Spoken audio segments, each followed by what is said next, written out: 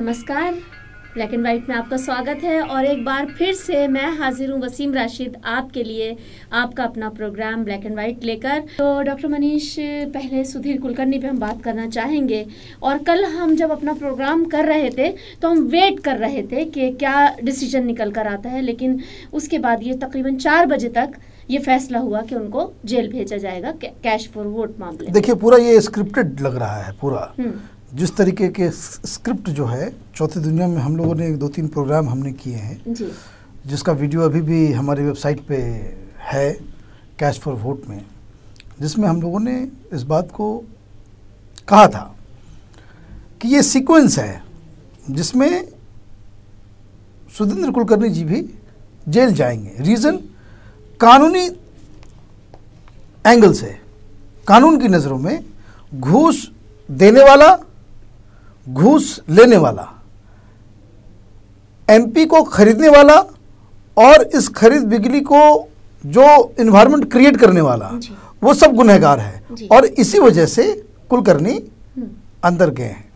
लेकिन ये legalistic point of view है। इसका एक और मोरलिस्टिक पॉइंट ऑफ व्यू भी हो सकता है कि भाई he was a whistle blower और इसे जेल नहीं भेजना था। चूंकि लोग खरीद रहे थे एमपीज को, सरकार की तरफ से एमपीज को खरीदा जा रहा था, तो इनकी पार्टी के कुछ लोगों को खरीदने के लिए जब ये लोग आए तो इनको आदेश मिला कि भाई ये पूरा ट्रैप बिछाओ और इनको एक्सपोज करो। तो कुलकर्णी जी ने कहा है ना अपनी स्टेटमेंट में कि वो चूंकि स्टिंग ऑपरेशन चाहते थे कि इसका स्टिंग ऑपरेशन हो, और उसी पे उन्होंने काफी कुछ अपने तो वो उन्होंने स्टिंग ऑपरेशन को फैसिलिटेट किया। क्वेश्चन दूसरा है, जिस चैनल की मदद से स्टिंग ऑपरेशन किया गया, राजदीप सरदेसाई जी के ऊपर कार्रवाई क्यों नहीं हुई है? आपने पहले भी कहा था डॉक्टर मनीष के जितने और लोग मतलब जिन लोगों ने शामिल है उसमें जो ओरिजिनल टेप है, जो ओरिजिनल टेप है वो जनता के सामने अब तक क्यों नहीं आया है? क्योंकि उससे ही ये तय होगा, जब तक कोई आदमी ओरिजिनल टेप नहीं देखेगा तब तक ये तय नहीं हो पाएगा कि सही क्या है, गलत क्या है। और दूसरा मोटिव, कौन आदमी किस चीज के लिए, किस मोटिव से इस पूरे ऑपरेशन को कर रहा था? अमर सिंह किसी को खरीद रहे थे तो क्यों खरीद रहे थे? मोटिव क्या था? और वो पैसा कहां से आया? वो पैसा किसका है? इन सवालों का जब तक जवाब नहीं मिलेगा तब तक ये जो है, मेरी तरफ समझ में ये लग रहा है कि कोर्ट ने बिल्कुल लीगलिस्टिक पॉइंट ऑफ व्यू लेकर के कोर्ट उन्हीं चीज़ों पे फैसला करती है जो पुलिस जैसा केस जिस आदमी पर लगाती है। पुलिस के इन्वेस्टिगेशन जाहिर है दिल्ली पुलिस के पास है, और दिल्ली पुलिस क्या इन्वेस्टिगेशन कर रही है, ये किस मोटिव से कर रही है, ये भी कहना बड़ा मुश्किल है। वजह यह है कि जब पार्लियामेंट्री कमेटी जब बनी इस इशू को लेकर के, ये लोग थक हार गए, दिल्ली पुलिस ने इस केस को इन्वेस्टिगेट ही नहीं किया। जब सुप्रीम कोर्ट का डंडा पड़ा है तब इन्होंने इन्वेस्टिगेशन शुरू किया। अमर सिंह को पहले इन्होंने जेल में डाला, फिर वो 2 लोग और गए, 2 एमपी साथ में गए। तो ये जो पूरा जो मामला है, ये मामला को देखिए, पॉलिटिकली अगर देखिए तो एमपीज को खरीदना, एमएलएज को खरीदना, ये कोई नई बात नहीं है हिंदुस्तान के अंदर में। और जो लोग एक मिनट आप जिस तरीके से कह रहे हैं नई बात नहीं है, लेकिन ये तो बिल्कुल ऐसे सब्जी तरकारी, आपने वो वीडियो देखा है, बिल्कुल सब्जी तरकारी जैसे कोई खरीदता है, ऐसे नोट दिए जा रहे थे। और आपने तो वो पूरा देखा है, इतना शर्मनाक मंजर था वो कि पार्लियामेंट में इस तरह का मंजर देखना। मैं आपको दूसरी बात कहता हूँ, सब्जी तरकारी नहीं, भेड़ बकरियों की तरह इस देश के अंदर में एमपी एमएलए को खरीदा जाता है। लेकिन सामने नोट दिखा के इस तरीके की करना, ये बहुत बहुत ही शर्मनाक बात है मेरे ख्याल से। नहीं, ये तो पार्लियामेंट के अंदर जो हुआ वो दृश्य, वो दृश्य तो शर्मनाक है ही वाकई में। लेकिन वो क्यों हुआ इसके ऊपर भी हमें समझना पड़ेगा। बिल्कुल।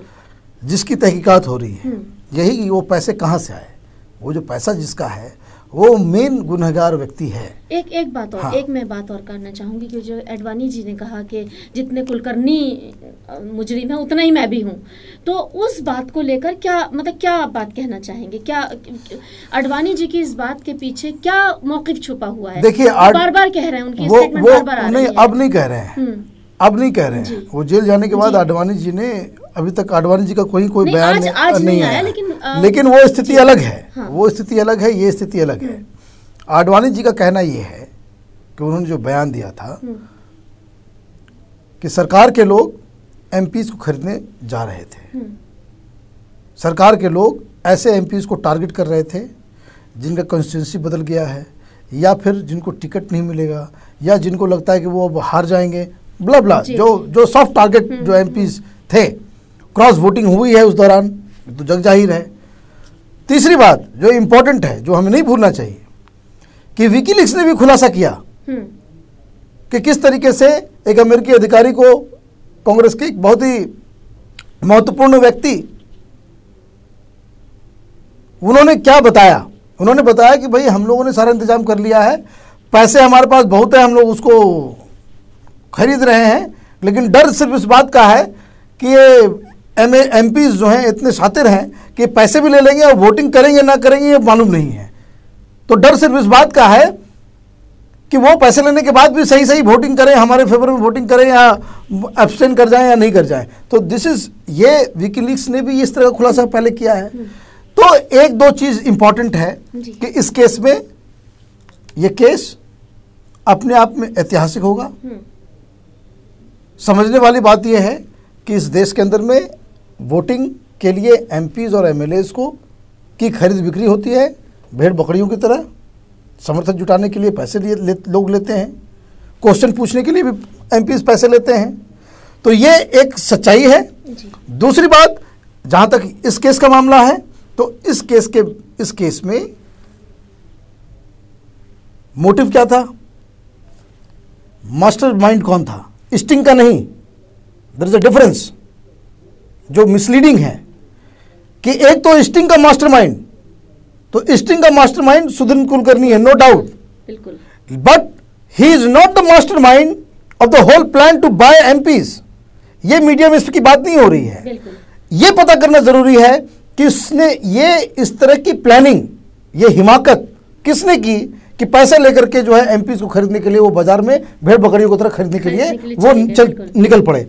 तो ये किसका, ये एक तो मास्टर प्लानर जो है, जो मेन जो मास्टर माइंड जो है वो व्यक्ति है जिसके बारे में पुलिस अंधकार में है, पुलिस वहां तक पहुंच ही नहीं पा रही है, या फिर सामने ही नहीं आया, या फिर पहुंचने की हिम्मत नहीं है। एक मुझे ऐसा लग रहा है कि जिस तरीके, दूसरी बात, एक मिनट डॉक्टर मनीष, मुझे ऐसा लग रहा है कि जिस अनदेखे शख्स की हम बात कर रहे हैं, शायद वो है, वो मौजूद है और लोग उसके बारे में जानते हैं, और जाहिर है ये लोग भी जानते हैं, मीडिया भी जानता है, लेकिन पता नहीं क्यों उस पर हिम्मत नहीं हो रही। दूसरी बात, वो कौन भी हो सकता है, वो ही कैन बी XYZ। दूसरी बात, पैसा कहां से आया? ये पैसा कहां से आया? ये बैंक से निकाला गया वो पैसा है, किसके अकाउंट से निकला? और वो कौन व्यक्ति था जो बैंक से इस पैसे को लेकर के एमपी से घर लेकर के जा रहा था?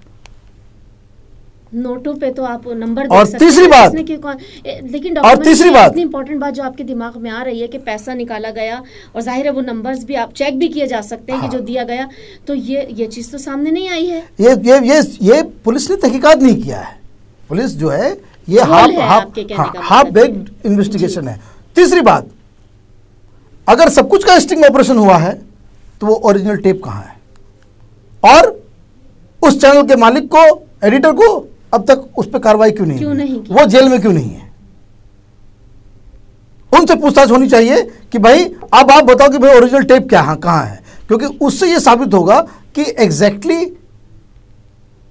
ये जो स्टिंग ऑपरेशन के जो मास्टरमाइंड है कुलकर्णी, ये कुलकर्णी का ही पूरा किया धराया है, या बीजेपी वालों ने अपने से किया है, या फिर कहीं और से ये पूरा चीज हो रहा था? बीजेपी वाले जो कह रहे हैं वो सच कह रहे हैं या गलत कह रहे हैं, झूठ कह रहे हैं, ये उस स्टिंग ऑपरेशन से ही कुलकर्णी तय तो होगा। यही कहना है कि मैं चाहता था कि ये एक्सपोज हो और ये स्टिंग ऑपरेशन सामने आए। वो कह रहे हैं मैं तो बेगुनाह तो हूं, मैं तो कह रहे हैं ये चीजें जी, हैं, जी। ये चीजें हैं।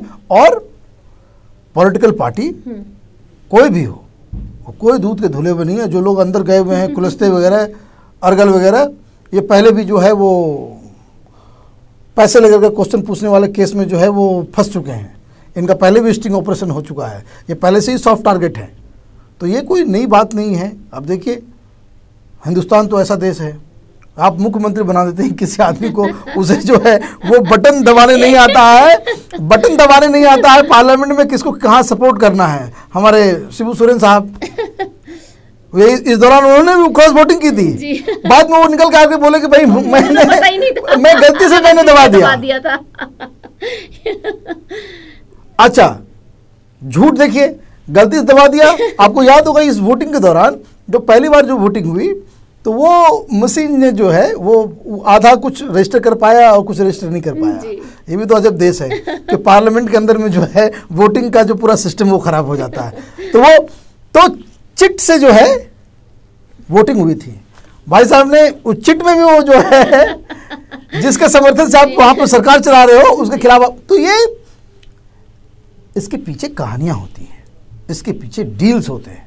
पॉलिटिकल पार्टीज, तो कोई भी पॉलिटिकल पार्टीज जो है, कोई भी नेता, कोई इस तरह के, मैंने ऐसा नहीं, जिस तरह से हम लोग बातचीत करते हैं कि भाई एक हम लोग का बेसिक समझने वाली बात क्या है कि जब भी हम राजनीति के बारे में सोचते हैं, क्योंकि एक मिसनोमर है हमारे दिमाग में, एक जो है कन्फ्यूज़न है कि राजनीति के बारे में जब हम बात करते हैं, जब हम पार्लियामेंट के बारे में बात करते हैं, इनफैक्ट जब संस्थाओं के बारे में बात करते हैं, एक आइडियलिस्टिक जो पोजीशन होना चाहिए, एक आइडियल जो है हमारे दिमाग में है। वो आइडियल क्यों बना है? वो आइडियल इसलिए बना हुआ है कि हमारे इतिहास में उस तरह के महापुरुष सब पैदा हुए हैं, प्रधानमंत्री हों चाहे गृह मंत्री हों, तो हम उनकी तुलना बैक ऑफ द माइंड जो है हमारे दिमाग में वो मॉडल तैयार रहता है।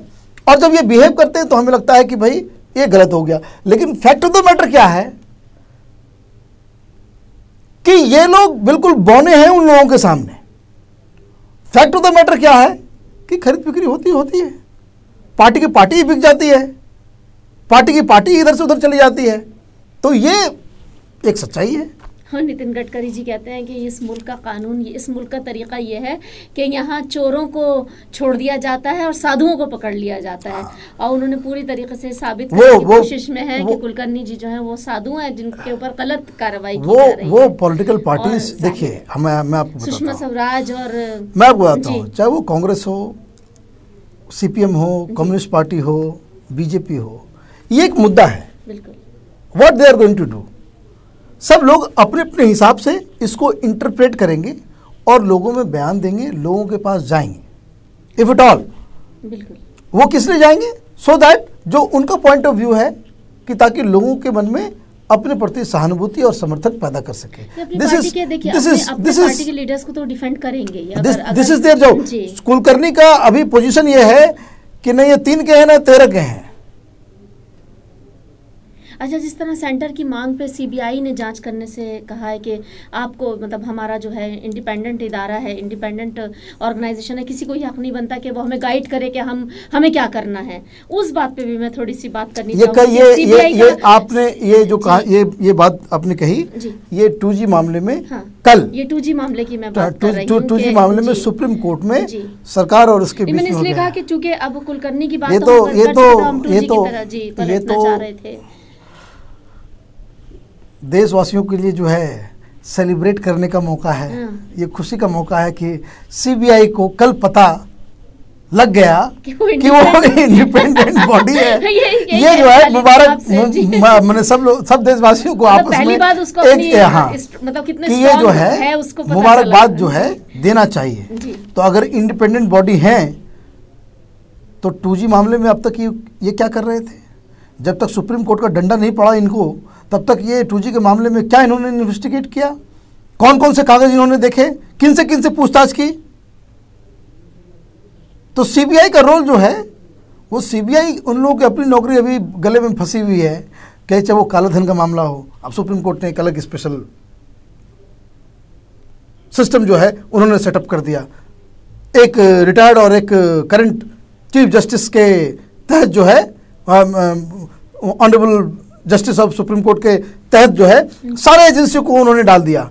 अब जब सुप्रीम कोर्ट इतने प्रोएक्टिव रोल ले रही है तो अब इनको याद आ रहा है कि भाई हम लोग इंडिपेंडेंट बॉडी हैं। लेकिन कल फैसला नहीं आया, आज शायद फैसला आए जी।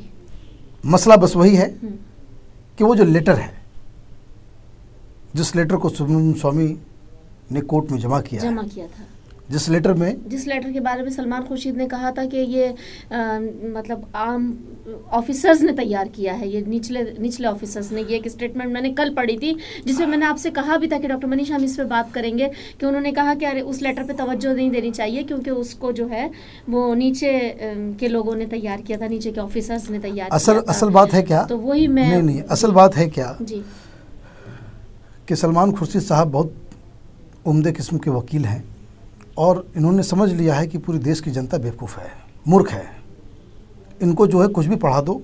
ये सारे पॉलिटिकल पार्टी का, मैं लगातार इस बात को मैं कहता हूँ कि चाहे वो किसी भी पार्टी के हों, बीजेपी के हों चाहे वो कांग्रेस के हों, एक फ्यूडल माइंडसेट है इनके दिमाग में। इनको लगता है कि एक बयान हमने दे दिया, बयान जारी हमने कर दिया तो जनता जो है उसको मान लेगी। और एक बात और है डॉक्टर मनीष, ये सोचते हैं कि हमारे लीडर्स, किसी की हिम्मत कैसे, जुर्रत कैसे कि कोई बात कह जाए। मैं जो जहां तक सलमान खुर्शीद का मुझे एटीट्यूड कई बार ऐसा ही तो सलमान खुर्शीद कई बातों पे सलमान खुर्शीद जो है वो मीडिया को, देश के लोगों को वो गुमराह कर रहे हैं। मैं आपको अब क्लैरिटी से मैं समझाता हूँ कि क्या डिफरेंस होता है। जो वो नोट कह रहे हैं कि जूनियर लेवल का कोई आदमी नोट बनाया, और ये क्या है, दो तरह के नोटिंग्स इस तरीके से मिनिस्ट्री से निकलते हैं। एक कहते हैं कि नोटिंग्स, और दूसरा कहते हैं ओएम, ऑफिशियल मेमोरेंडम। डिफरेंस ये है कि उसको सेक्शन ऑफिसर के लेवल का आदमी तैयार करता है नोटिंग्स को, जो अलग अलग लेवल पे वो हर टेबल पे जाता है, पास होता है। कोई आदमी उसमें उसके खिलाफ भी लिखता है, हर आदमी अपना अपना उसके ऊपर ओपिनियन देता है। लेकिन जो ऑफिशियल मेमोरेंडम होता है जिसको ओएम कहते हैं, it is prepared by joint director और डिप्टी डायरेक्टर के लेवल के आदमी करते हैं, आईएएस अधिकारी होते हैं। वो कोई जूनियर लेवल का अधिकारी नहीं होता जो सलमान खुर्शीद साहब लोगों को बहका रहे हैं। और वो जो है उसका जो बेसिक जो है, बिल्कुल वो it is almost like officials, ministry के ऑफिशियल पोजीशन के बराबर उसका महत्व है, इफ नॉट लेस। प्रधानमंत्री सर ने भी कल एक चूक की। उन्होंने कहा कि वो जो ओएम है, अब ये जो गया हुआ ये नोटिंग नहीं है, ये ओएम है। डायरेक्टर लेवल का आदमी ने, किसी ने इसको तैयार किया था। प्रधानमंत्री ने कहा कि वो कोई इस तरह का वो कोई लेटर नहीं है, वो समरी है। और अगर ये बात किसी ने नहीं पूछा, काउंटर क्वेश्चन प्रधानमंत्री से किसी ने नहीं किया कि अगर समरी है वित्त मंत्रालय का, तो समरी ये कह रहा है कि वित्त मंत्री जो है पी चिदम्बरम साहब इस घोटाले को होने से रोक सकते थे। Try to understand what Manmohan Singh was telling the media कि it is not a letter, it is a summary prepared by the ministry। ठीक, राइट। अगर समरी का मतलब जो मुझे समझ में आता है कि भाई वो सम टोटल जो सारांश जिसको कहते हैं, खुलासा करके चीज का, नहीं ना, इसकी सारांश है ना, उसका पूरा मेन सार है, मेन सार है। अगर वो मेन सार अगर ये कह रहा है कि चिदम्बरम साहब इस घोटाले को होने से रोक सकते थे, तो कहां बच पाएंगे, तो कहां बच पाएंगे। सही कहा आपने। डॉक्टर मनीष, थोड़ा प्रधानमंत्री ने एक बात और कही जी कि विपक्ष जो है वो सरकार को गिराना चाहता है, डिस्टेबलाइज करना चाहता है, मिड टर्म पोल जो है देश के ऊपर लादना। मैं अभी ये बात ही आपसे कहना चाह रही थी कि प्रधानमंत्री की जो ये स्टेटमेंट है कि उन्होंने कहा कि अपोजिशन जो है वो सिर्फ मिड टर्म पोल कराने पर आमादा है, इसलिए ये सारी, मैं वो भी बात कहना चाह रही थी कि चिदम्बरम और प्रणब मुखर्जी के बारे में उन्होंने कहा कि दोनों में कोई मतभेद नहीं है और हमें चिदम्बरम पे पूरा विश्वास है। ये तो खैर वो अमेरिका में थे तब भी उनकी स्टेटमेंट आई थी। देखिए तो मैं बता रहा हूँ, ये जो प्रधानमंत्री का जो बयान है ये डिफेंस मैकेनिज्म है। हाँ हाँ। ये डिफेंसिव बयान है। इसका मतलब जो है यही निकलता है कि आपकी सरकार, आपकी पार्टी और यूपीए अलायंस प्रेशर में है, प्रेशर में है। और प्रेशर में यह है कि इन लोगों को लग रहा है कि मामला जो है गड़बड़ हो सकता है। कल संतोष जी से मैं इस पे बातचीत कर रहा था। संतोष जी से मैंने पूछा कि भाई कि सर आप ये बताएं कि कांग्रेस पार्टी इस तरह से क्यों बिहेव कर रही है। तो उन्होंने बड़ा बढ़िया एक साइको एनालिसिस किया कि सरकार और कांग्रेस ये जब तक इनके माथे पे बिल्कुल जो इशू जो है इनके माथे पे फटने वाला नहीं होता है तब तक ये जो है टालने के में लगे हुए होते हैं। और यही टालते टालते टालते टालते ये मसला जो है यहाँ तक पहुँच गया है। और रही बात प्रधानमंत्री की, प्रणब मुखर्जी की, अब आप देखिए बड़ा मज़ेदार एक कहानी मैं गढ़ता हूँ। अमेरिका में प्रणब मुखर्जी और मनमोहन सिंह थे, चिदम्बरम साहब यहाँ थे, चिट्ठी निकाल दी जाती है। If I can see something, मेरे पास कोई इसका कोई प्रूफ नहीं है लेकिन मैं कहानी कर रहा हूँ, try to understand the whole scenario. लोगों को पता था 27 तारीख को हियरिंग होगी। प्रणब जी वापस आते हैं, प्रधानमंत्री वहीं रहते हैं। चिट्ठी प्रधानमंत्री कार्यालय से उनको मिला है।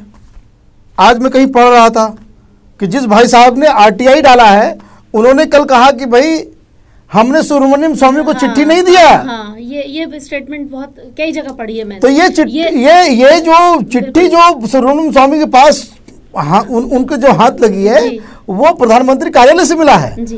तो एक दूसरी बात, प्रणब मुखर्जी आते हैं, सोनिया गांधी से मिलते हैं और कलकत्ता निकल जाते हैं। It's a crisis situation. Your prime minister is telling us कि मिड टर्म पोल के लिए जो है सरकार को डिस्टेबलाइज करने के लिए जो है विपक्ष इतना हंगामा कर रही है। पूरे देश में जो है सिर्फ इसी पर चर्चा हो रही है और आपका संकट मोचक जो है, जो आपको हर विपत्ति से बचाता हुआ आया अब तक, वो व्यक्ति दिल्ली छोड़ के कलकत्ता में बैठ गया है। मीडिया वाले वहां भी पहुंच गए। उन्होंने कहा कि नहीं, सुप्रीम कोर्ट का जो फैसला आ जाएगा उसके बाद मैं बयान दूंगा। उसके पहले उनसे पूछा गया, जब वो आ गए थे और प्रधानमंत्री वहां थे, कि प्रधानमंत्री नहीं आएंगे तो वो टाल मटोल कर रहे हैं। यही कहा था जी। और ये कोई सलमान खुर्शीद नहीं है प्रणब मुखर्जी।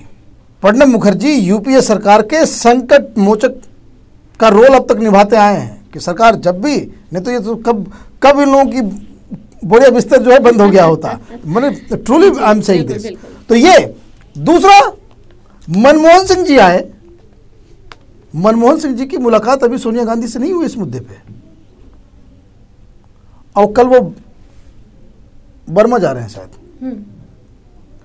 राहुल गांधी वो कश्मीर चले गए, वो वहां पे वो है ना। स्टेटमेंट लगा। तो ये अलग अलग, ये सब अलग अलग खबरें हैं। लेकिन अब आप ये सोचिए कि कांग्रेस के कार्यकर्ताओं को छोड़ दीजिए, जो एमपीज हैं जिनको आगे चुनाव लड़ना है, उनके दिमाग में क्या चल रहा होगा। और ये जो बयान जो आ रहा है कि ये हमारे बहुत ही इंपॉर्टेंट ये हैं, हम सदस्य हैं कैबिनेट में, पूरा कॉन्फिडेंस है हमारा चिदम्बरम जी के साथ, तो ये सब बातें जो हो रही हैं ये सोनिया गांधी की आदेश भी दिया जा रहा है। एक मैं चलते चलते सिर्फ एक पॉइंट पे बात करूंगी डॉक्टर मनीष, जो मेरे जहन में घूम रहा है, उसके बाद मैं इस प्रोग्राम को ख़त्म करूंगी, कि जो उमर अब्दुल्ला ने कहा है कि जो अनमार्क्ड कब्रें हैं उसका जो डीएनए टेस्ट कराने की बात की गई है, ये अनमार्क्ड कब्रें अब सामने आई हैं, उस पर मैं थोड़ा सा जानना चाहूँगी आपसे कि ये कब्रें, ज़ाहिर है बहुत टाइम से ये सिलसिला चल रहा था, ये अनमार्क्ड कब्रें अब क्यों सामने आई हैं, कि बहुत टाइम पहले से नहीं थी सामने? देखिए, बहुत सारे लोग वहाँ पे, बहुत सारे एजेंसीज काम कर रही हैं और वहाँ पे जो कब्रगाह जो मिल रहा है, बहुत कब्रें तो मिल रही हैं, जो वो अभी जो लेटेस्ट जो मामला जो चला है उसमें करीब 2300 के आसपास कब्रें हैं। हाँ, तो उसमें एक और खबर है, उसकी तो नहीं पता कितनी खबरें, बट सामने उसमें एक और खबर है। खबर ये है कि जो डीएनए टेस्ट जो करवा के जो दिखा जा रहा है, तो उसमें 2000 के आसपास जो टेस्ट हुए हैं वो शायद हिंदुस्तानियों के नहीं है, कश्मीर में रहने वाले हिंदुस्तानियों के वो बॉडी नहीं है, वो फॉरेनर, कोई अफगानिस्तान को कहीं या कहीं। तो होता ये है कि देखिए, वहाँ पे 20 साल से रोज लोग मर रहे हैं कश्मीर में, और मर भी रहे हैं, और टूरिस्ट भी उतने भी आते रहते हैं, ऐसी कोई बात नहीं। जो लोग वहाँ पे डेथ हो रहा है, अब पुलिस की गोलियों से भी हो रहे हैं, हाँ, ज़्यादा हो रहे हैं, कम हो रहे हैं, टेररिस्ट भी मार रहे हैं, तो उनको कहीं ना कहीं दफनाया जाएगा। ये बेसिकली एक प्रोसीजरल मामला है। आपका कहने का मतलब ये कि रॉयट्स वगैरह की जो कब्रें हैं उनके अलावा, मतलब उसमें जो कब्रें मिली हैं, देखिए जो लोकल लोग हैं जिनकी शिनाख्त हो गई, हाँ, जिन लाशों की शिनाख्त हो गई, जैसे पुलिस की गोलियों से जो बच्चे जो मर रहे थे, जिनको पुलिस मार रही थी पिछले गर्मी में, तो उनका जो रिचुअल्स जो है वो लोग जाके कर रहे थे। लेकिन जो बॉडी अनआइडेंटिफाइड है, जो जब पुलिस और टेररिस्ट ग्रुप के बीच में गोलियां चल रही हैं, तो वो लाशें कहाँ जाएंगी, वो लाशें कहाँ जाएंगी? बिल्कुल ठीक बात है। तो वो कौन लोग थे, नहीं थे, इस पर जब तक वो पूरा रिपोर्ट नहीं आएगा तो इस पर कुछ भी कहना, हालांकि इस पर राजनीति बहुत तेज होगी, लेकिन इस पर कुछ भी कहना, आई थिंक कि वो थोड़ा अर्ली हो जाएगा, कि जब तक ये तय नहीं हो कि ये लोग मारे गए कौन लोग हैं। अगर उनकी शिनाख्त नहीं हो पाती, डीएनए टेस्ट से अगर ये मालूम चलता है कि भाई ये लोकल लोग हैं, तब तो मामला सीरियस बनता है। और ये मालूम चलता है कि नहीं भाई इसमें अफगानिस्तान के लोग आए हुए हैं, ताजिकिस्तान के हैं, या इराक के और या अरब के फाइटर्स जो हैं, टेररिस्ट जो हैं हिंदुस्तान में जो घुसे, उनको पुलिस वालों ने मारा और उनको यहाँ पे कहीं पे दफना दिया। अगर वो उस तरह का निकलता है तो फिर मामला दूसरा हो जाता है। तो there are different sets of story. तो ये जो है, ये आज उस पर कुछ बयान आया है। हालांकि ये आगे स्टोरी किस तरह से डेवलप होती है, किस तरह से, थोड़ा सा मैं इसके बारे में जानना चाहती थी कि इतनी सारी खबरें एकदम मिलना जो था वो क्या मतलब क्या निशानदेही करता है, क्या दिखाता है। तो चलिए अपना प्रोग्राम ख़त्म करते हैं, और आज के ब्लैक एंड वाइट प्रोग्राम ख़त्म करने से पहले आपको ये बता दें कि हमारे प्राइम मिनिस्टर ने कल अपनी 79वीं सालगिरह मनाई है। जी हाँ, वो 79 साल के हो गए हैं। तो चलिए प्राइम मिनिस्टर को बधाई देते हुए एक और बड़ी दुखदायक खबर के साथ मैं अपना प्रोग्राम ख़त्म कर रही हूँ कि दिल्ली में, पुरानी दिल्ली में एक चांदनी महल इलाके में एक इमारत गिरी, जिसमें तकरीबन 8 लोग मारे गए। उसमें मलबे में दबकर जो लोग मरे वो मलबे में दबकर मरे। उसके अलावा वहाँ पर 25 से 50 लोग के करीब जो हैं वो ज़ख्मी हुए हैं। इसमें सिर्फ एक बात मुझे कहनी है कि उस बिल्डिंग, ऐसी बिल्डिंगें बहुत हैं, ऐसे खुदा न खास्ता अगर दिल्ली में ज़लज़ला आ जाता है तो बचना मुश्किल होगा और उन तक पहुँचना भी बिल्कुल नामुमकिन होगा। लेकिन इसमें एक बात ये कि बिना ये जो तामीर की जा रही है, ये बिना उसको पुख्ता किए बिना मंजिल 2 मंजिल 4 मंजिल 8 मंजिल डाली जा रही है। उसमें जो वहाँ के लोग हैं, मैं नाम नहीं लेना चाहती, पुलिस और सब लोग मिलके पैसा खाते हैं और ये नहीं देखते कि अगर खुदा न खास्ता ये इमारतें गिर गई, नाजायज़ तामीरात अगर ये हो गई और ये इमारतें गिर गई तो कितना बड़ा नुकसान हो सकता है। तो इसके साथ ही मैं अपना ये प्रोग्राम ख़त्म करती हूँ। कल अपने इसी प्रोग्राम में आपसे फिर मुलाकात होगी। तब तक के लिए इजाज़त दीजिए। नमस्कार।